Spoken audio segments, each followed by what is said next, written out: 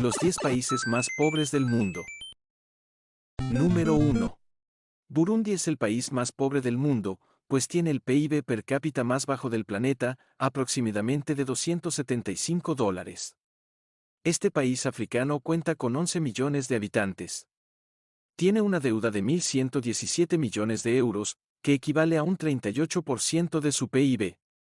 Los habitantes de este país se enfrentan a una crisis humanitaria con un grave deterioro económico, una inseguridad alimentaria extrema y por si fuera poco, actualmente también sufren una epidemia de malaria.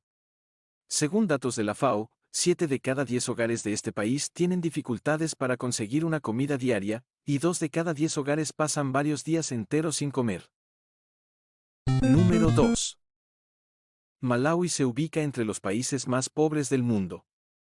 Lamentablemente aquellos miembros que proporcionan ingresos a la familia suelen morir a causa del SIDA. Muchos niños huérfanos terminan en la calle y casi 1 de cada 3 niños tiene que trabajar.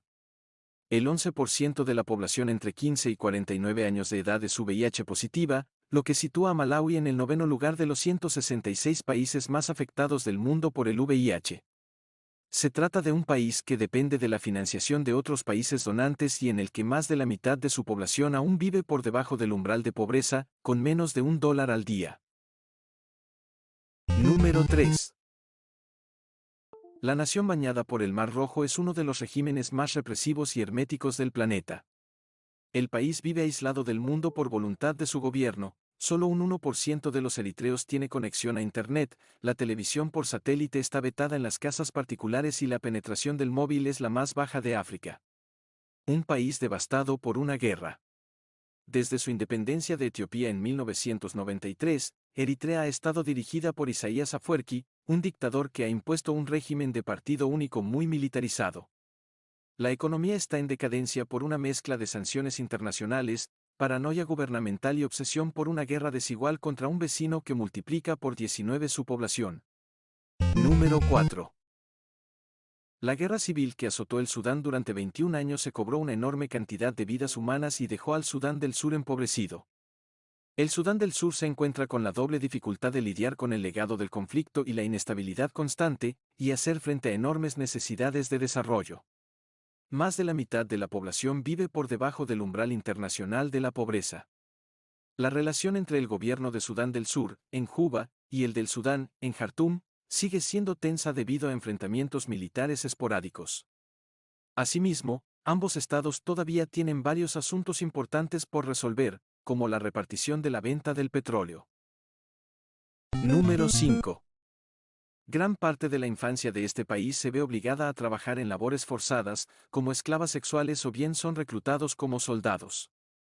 Muchas familias centroafricanas han tenido que huir de sus hogares a causa de las guerras que han afectado al país desde hace años. En 2012 surgió una guerra en el país cuando se enfrentaron las fuerzas del gobierno contra el grupo armado Seleka.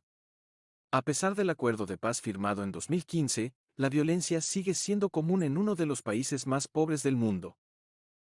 Número 6. Es uno de los desastres que más se pasan por alto en el mundo. Durante los últimos 6 meses en Madagascar, hombres, mujeres, ancianos y niños han estado muriendo de hambre.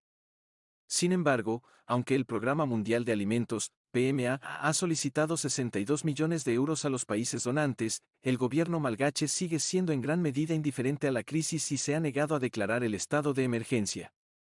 En 2020, la situación socioeconómica de Madagascar empeoró debido a varias catástrofes naturales como la sequía en el sur y las inundaciones en el norte, los brotes de enfermedades como el COVID-19, el dengue, el sarampión y la malaria se extendieron por la isla rápidamente. Número 7. Sierra Leona es uno de los países más pobres del mundo, con inmensa desigualdad en la distribución de renta. A pesar de sus riquezas minerales, como los diamantes, hierro, platina, rutilo y bauxita, la infraestructura física y social no está bien desarrollada, y disturbios sociales continúan impidiendo el desarrollo. Sierra Leona acusa elevadas tasas de pobreza rural. A nivel nacional, 3/4 partes de la población viven en la pobreza, y 1/4 parte no puede costear su alimentación básica.